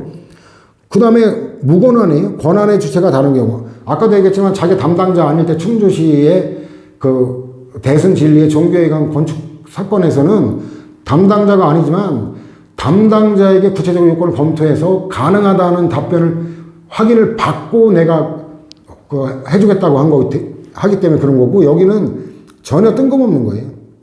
전혀 뭐 그 권한자에게 검토를 받지 않은 사안이에요.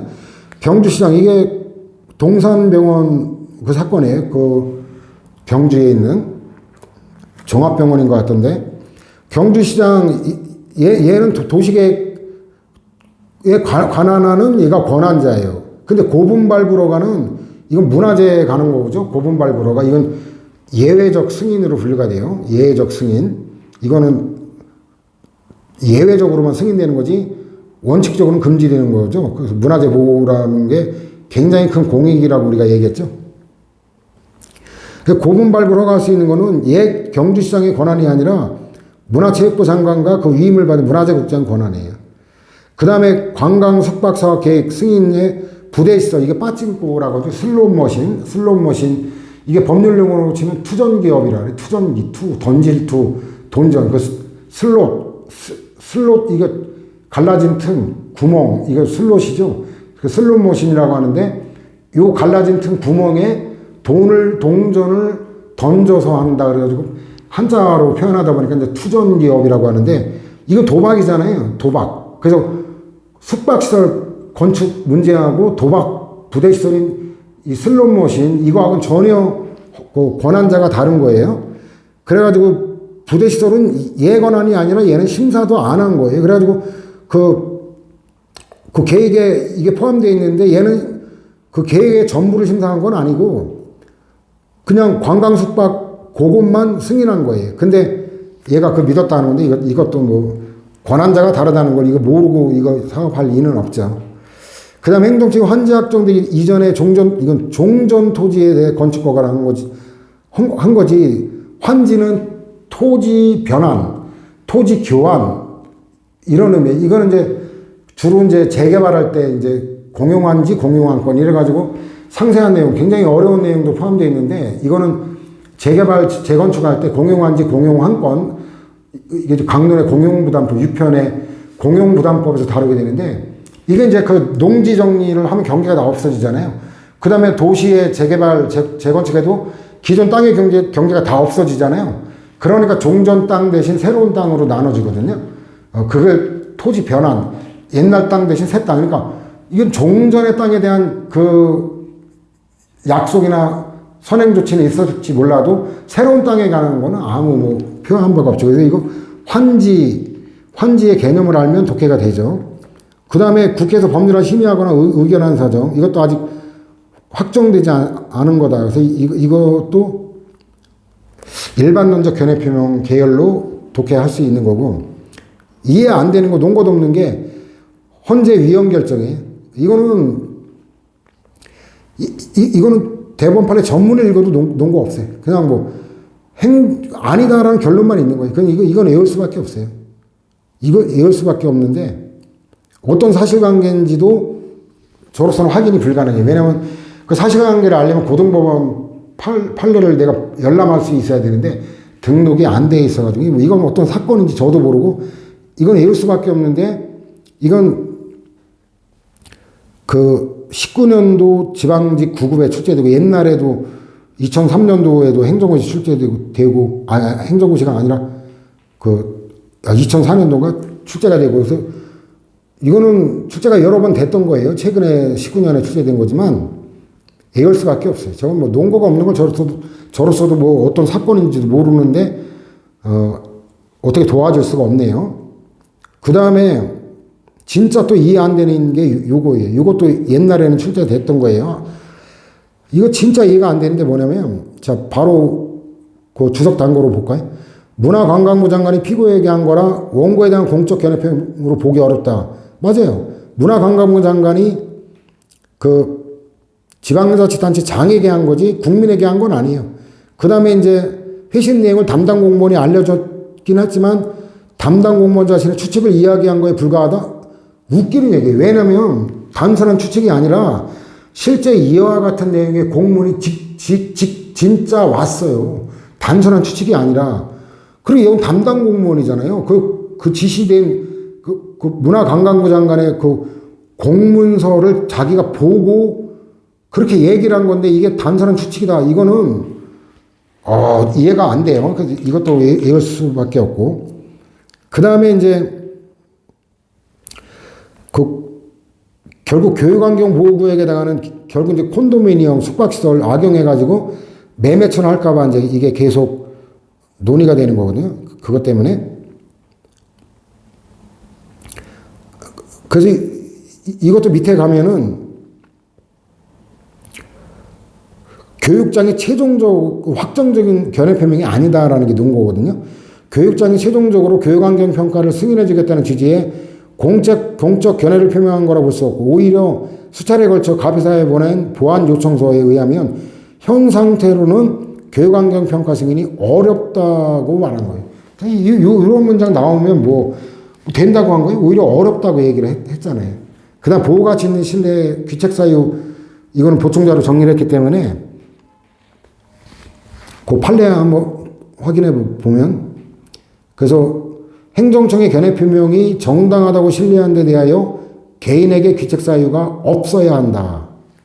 귀책 사유 의미와 판단 기준인데 이것도 19년 국가직 7급, 21년 금년도 국가직 7급에 출제되는데 귀책 사유라 하면 행정청의 견해 표명의 하자가 상대방 등 관계자 사실은폐나 사위가 속일사, 사기 친다 할 때 속일사, 거짓, 위거든요. 허위 이때 다 동의어예요.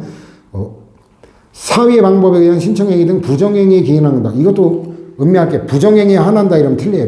이 부정행위가 없다고 하더라도 하자가 있으면 안 거. 이거 어떤 사정을 우연하게 알게 된 거 이거는 부정행위까지는 아니죠. 근데 이것까지 중대한 과실, 중과실을 알지 못한 경우도 의미하고 귀책사유 의무는 상대방만이 아니라 그로부터 신청행위를 위임받은 수임인 등 관계자 모두를 기준으로 판단해야 된다. 이것도 이제 포섭을 100페이지로 가면 이것도 수정돼 나온 파는 페이지가 조금 차이가 날 건데 그래서 찾기 쉽게 100페이지인데 신뢰보호 성립요건의 세 번째 신뢰에 기초한 상대방의 조치 바로 위에 판례가 그거거든요.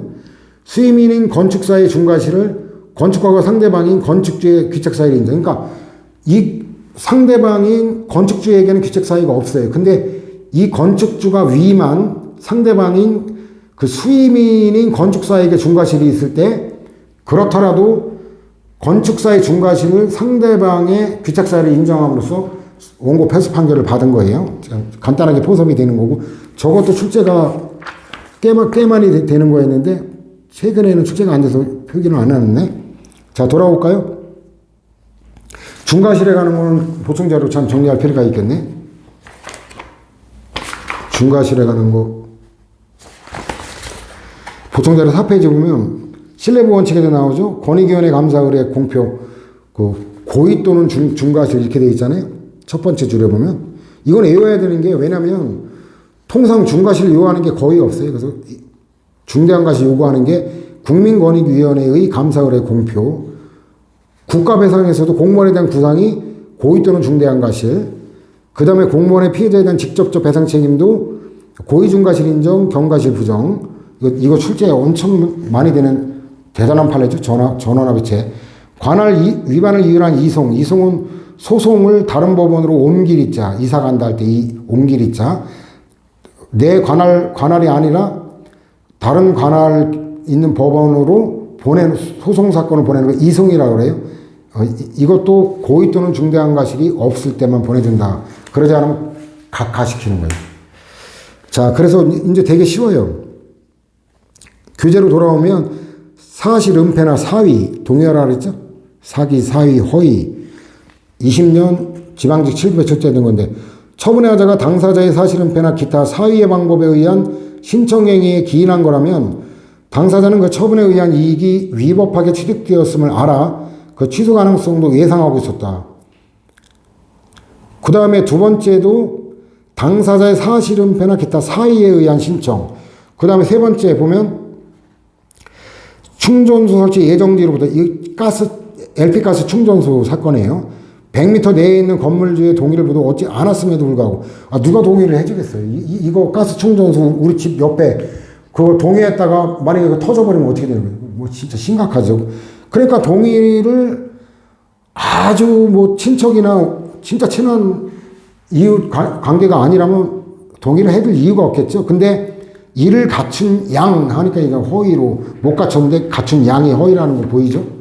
그 다음에 허위의 고등학교 졸업증명서, 사위, 뭐 허위 사위 다 나왔죠. 그러면 뭐 금방 귀책사유 해석할 수 있죠. 그 다음에 여기는 뭐 공장 설립 당시에 관계법령에 따르면 특정 대기 유해물질 발생하면 설치가 금지되어 있었고, 공장은 그 설치가 금지된 경우에 해당하니까 폐쇄 명령의 대상이죠. 이러면 강제 폐쇄가 되는 거예요. 이것도 이제 끝내 이행 안 하면 이제 대집행 대상이 되는 건데, 공장 설립 당시에 가업회사가 위 공장에서 특정 대기 유해물질은 배출되지 않고 토석의 저장 혼합 연료 사용에 따라 먼지와 배기가스만 배출될 거라는 전제에서 허위이거나 부실한 계획서를 제출한 거 보이죠? 그 다음에 악의 택시 운송 사업자. 근데 이거는 이제 법지식에 관한 건데 이것도 상식을 한번 보충 자료로 확인해 볼까요? 4페이지 가면 법지식의 정도가 가장 높은 단계 법률 전문가 판사 검사 변호사가 그게 범죄였어요? 어이구 나는 몰랐는데요. 지금 뭐 대장동 사건으로 구속되어 있는 남욱 변호사가 나는 그게 배임죄가 뭔지 뭐 공부한 지 오래돼가지고 몰랐다. 안 받아줘요. 얘는 당연히 법을 안다라는 전제에 엄격하게 정의하고, 가장 낮은 단계가 일반 국민인데 자가용 운전사. 아까 말했죠. 그 대구 사람이 여수 갔다가 음주운전 적발된 거, 관대하게 받은 거. 택시 운전기사인데 얘도 관대하게 봐준 거죠. 아니 그래 택시 운전하면서 면허정지 기간에 운전하면 면허 취소된다는 걸 몰랐을까요? 그건 몰랐을 리가 없는데도 관대하게 적용했다라고 밖에 해석할 수가 없고, 그 중간 단계가 공무원이에요. 이게 원칙적으로 과실 인정합니다. 일반 국민하고 달리 국가배상에서 다시 다룰 거고, 그 다음 사업적, 여기 관련되는 게 이거예요. 택시 운송 사업. 택시회사 사장이에요. 택시회사 사장이 자기 사업에 관계된 법을 몰랐다? 안 믿어지죠. 그 다음에 사업 시행자, 얘도 업자니까, 이게 개발 부담금 부과 대상인지 몰랐다? 안 믿어주죠. 요거는 3편에서 보게 될 거예요. 그 다음에 인과관계는 뭐 약방의 감초다. 그죠? 그래가지고 보충 자료인데, 그 다음에 경찰 책임만 상당 인과관계가 소수원이 유일한 것. 모든 법 과목 중에 유일한 상당 인과관계 예외는 경찰 책임에 하는 건데, 구급수험생하고는 상관없습니다. 이건 강론이기 때문에. 상당 인과관계 단어는 반드시 알아둬야 됩니다. 자, 돌아옵시다. 이게 이제 교통사고가 일어난 지 1년 10개월이 굉장히 장기간이죠. 오랜 기간이 지났는데 면허 취소한 사건인데, 그럼에도 얘는 택시 운송 사업자잖아요. 사업자니까 자동차 운수사업법의 내용을 잘 알고 있기 때문에, 이런 경우는 교통사고를 낸 택시에 대해서 그 운송사업 면허가 취소될 가능성을 예상할 수 있었다. 이러니까 얘는 보호를 안 해준 거예요. 그래서 두 번째도 조건을 붙였어요. 그 무조건 된다는 게 아니라 안 될 수도 있다라는 걸, 안 될 수도 있다는 걸 미리 알려준 거예요. 그 다음에 법률의 존속에 대한 개인의 신뢰가 어느 정도로 보호되는지 여부에 관한 판단 기준인데, 이건 이제 의대 재학생이 이거 징집 면제 연령이 이제 31세였는데, 그래가지고 얘가 군의관으로 안 가고, 군의관으로 가면 훈련기간 별도로 하고 36개월 복무를 해야 되거든요. 그러니까 머리 굴려보니까, 그냥 연기해가지고 31세 되면은 면제되는 게 낫겠다. 군의관으로 장교병직에 편입되는 것보다는 차라리 그냥 사병으로 있다가 면제받는 게 좋겠다 했는데, 날벼락이 떨어졌죠. 31세에서 만 36세로 면제 연령이 바뀌어진 거예요. 그러니까 얘는 배신당했다. 내가 31세면 면제되는 줄 알고 내가 그럴 줄 알아서 군의관으로 장교로 갔을 건데 사병으로 끌려가게 되니까 지금 이렇게 된 건데, 여기에 관계되는 논점이 이게 행정법, 헌법 다 출제되는 건데 일단 법령 개정의 예측성이에요. 난 법률이 천년 만년 가도 개정되지 않을 거라고 믿었다. 이거는 안 받아주죠. 바보가 아닌 이상 법률은 어때요? 필요에 따라 상황이 바뀜에 따라 수시로 변해 온 게 왔고 앞으로도 그럴 거라는 건 상식이기 때문에 그래서 이거는 인정 안 합니다. 이거 주장하면 일반적으로 법률은 현실 상황의 변화나 입법 정책의 변경 등으로 언제라도 개정될 수 있는 거기 때문에 오히려 이게 상식이기 때문에 원칙적으로 이에 관한 법률의 개정을 예측할 수 있다. 이걸 절대적인 기대는 아니다라는 거. 유인된 신뢰 행사협인데 이건 16년 지방직 9구, 18년 국가직 7급에 출제했는데 유인된 신뢰는 보호해야 돼요. 근데 유인하지 않았는데 자기가 그냥 득실 따져가지고 너 그 군의관으로 오지 말고 사병으로 와라 이렇게 유인했다면 책임져야 돼요. 당연히. 근데 상식적으로는 군의관이 모자라가지고 오히려 군의관을 오라고 유도하는 판에 얘는 어때요? 면제를 기대해가지고 연령이 지나면 면제될 걸 기대해가지고 유인하기는커녕 오히려 유인은 군의관으로 오라고 유인했는데도 자기가 선택한 거기 때문에 그 자기 책임이다라는 거죠. 보호 안 해준다는 얘기죠. 만일 법률에 따른 개인의 행위가 단지 법률이 반사적으로 부여하는 기회의 활용을 넘어서 국가에 의해 일정 방향으로 유인된 거라면 특별히 보호 가치가 있는 신뢰이익이 인정될 수 있고 원칙적으로 개인의 신뢰 보호가 국가의 법률 개정에 이게 우선된다고 볼 여지가 있다. 근데 이거는 그렇지 않다는 거예요. 이 사건 법률 조항인 경우 국가가 입법을 통해 개인의 행위를 일정 방향으로 유도했다고 볼 수는 없고 나이 먹으면 면제될 테니까 군대에 왜 가셔? 가지 마. 나이 먹을 때까지 계기면 면제돼. 국가에서 이걸 면제를 유도했을까요? 말도 안 되죠. 그럼 결국 이거는 청구인의 집단 징집 면제 연령에 대한 기대 또는 신뢰는 단지 법률이 부여한 기회를 활용한 거로 원칙적으로 사적 위험 부담의 범위에 속하는 거는 네 책임이다, 이 자식아. 그거죠. 그 다음에 법률의 개정 시 국법 질서에 대해서 국민이 가진 기대 내지 신뢰 보호 여부 판단하는 방법인데 이거는 뭐 되풀이되는 거고 뒤에도 또 보기 때문에 넘어갈 거고 변리사 시험 이거 완전 엽기적인 건데 아니 1차 시험 실시를 2달밖에 남겨놓지 않은 시점에서 절대평가에서 상대평가로 바꾼 거예요. 미친 거 아니에요? 아니 통상 이 시험 제도를 바꾸면 대입 같은 경우 제도 바꾸면 적어도 3년 이상 그죠? 공무원 시험 같은 경우도 적어도 1년 이상 뭐 또 2년 이런 정도까지 유예기간을 두는 게 상식 아니에요. 근데 갑자기 2달 남겨놓고 이걸 바꿨어요. 이건 변리사 주관하는 게 이제 관세청, 여기는 이제 일반행정 극히 소수고 대부분 이제 기술고시 출신들이 대부분 여기 장악하고 있는 데인데 그래 아무리 법을 몰라도 이런 엉터리 행정이 나와요. 그래 합리적이고 정당한 신뢰기에 절대평가 이것도 뭐 적반하장까지 또 있어요. 절대평가제가 요구한 합격 기준에 맞춰 시험 준비를 한 수험생들은 1차 시험 실시를 불과 2달밖에 남겨놓지 않은 시점에서 개정 시행령의 즉시 시행으로 합격 기준이 변경됨으로 인하여 어때요? 절대평가하면 과락 없이 60점만 맞으면 되는데 그러지 않으면 어때요? 뭐 80점, 90점까지 올라갔지 알 수가 없죠. 이런 시험 준비에 막대한 차질을 있게 되어 신뢰가 손상됐고 또 개정 시행령의 즉시 시행으로 인한 수험생들의 신뢰 익침에는 개정 시행령의 즉시 시행에 의해 달성하려는 공익적 목적을 고려하더라도 정당화될 수 없을 정도로 과도하다. 이게 이제 한계 문제로 다음 시간에 또 별도로 다룰 거예요.